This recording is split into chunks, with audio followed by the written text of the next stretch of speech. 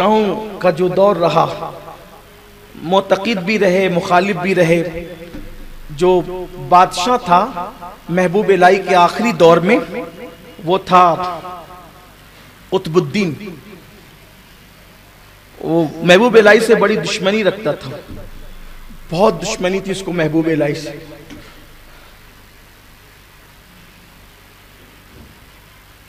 تو محبوب الہی کے خلاف کچھ نہ کچھ وہ کرتے ہی رہتا تھا.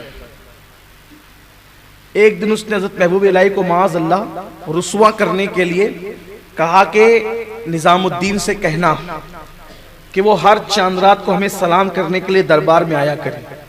اب جو معتقد بادشاہ تھے ان سے نہیں ملے زندگی بھر، اور یہ جناب مخالف ہو کر چاہتے تھے کہ ان کو سلام کرنے محبوب الہی ہے. تو علماء سے کہا کہ اگر وہ سلام کرنے نہیں آئیں گے تو میں ان کو قتل کر دوں گا، مار ڈالوں گا ان کو.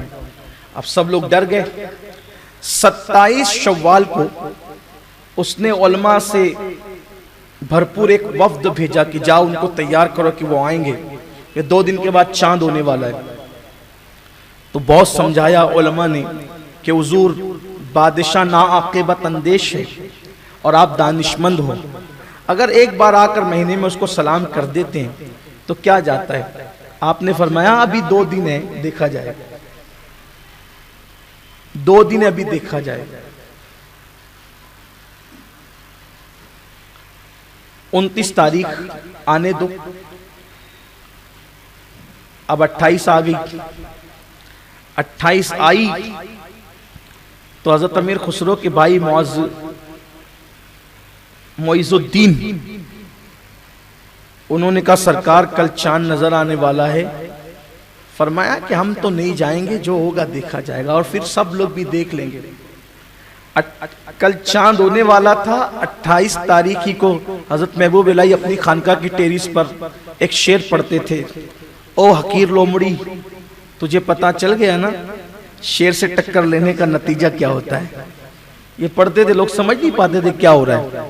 اور ادھر یہ ہوا کہ 1000 پیلر والے مکان کے اندر وہ بادشاہ سویا ہوا تھا، اور پھر اس کا انجام یہ ہوا کہ اس کے ہی آدمی نے اس کو قتل کر کے اس کا قصہ تمام کر دیا.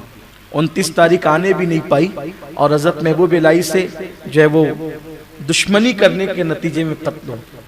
اس کے بعد ایسا بھی ہوا کہ ایک بادشاہ نے حضرت محبوب الہی کے بارے میں کہا کہ میں بنگال جا رہا ہوں، جب میں وہاں سے واپس آؤں گا اس فتح یاب ہو کر تو میں نظام الدین کو شہر بدر کر دوں گا.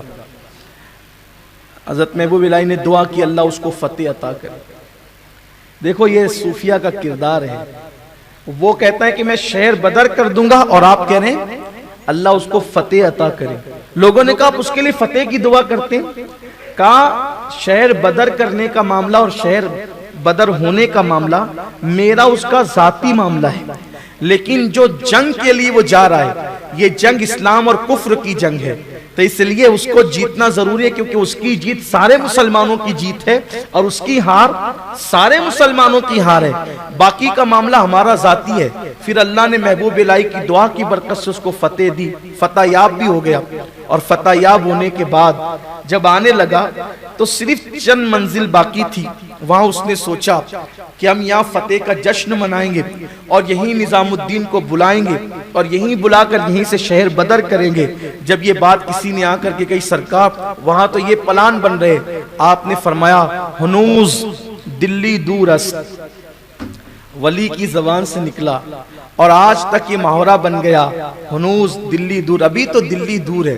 جو کام نہیں ہونے والا ہوتا ہے اس کے بارے میں کہتے ہیں ابھی تو دلی دور ہے. کیا نکلا آپ کی زبان سے؟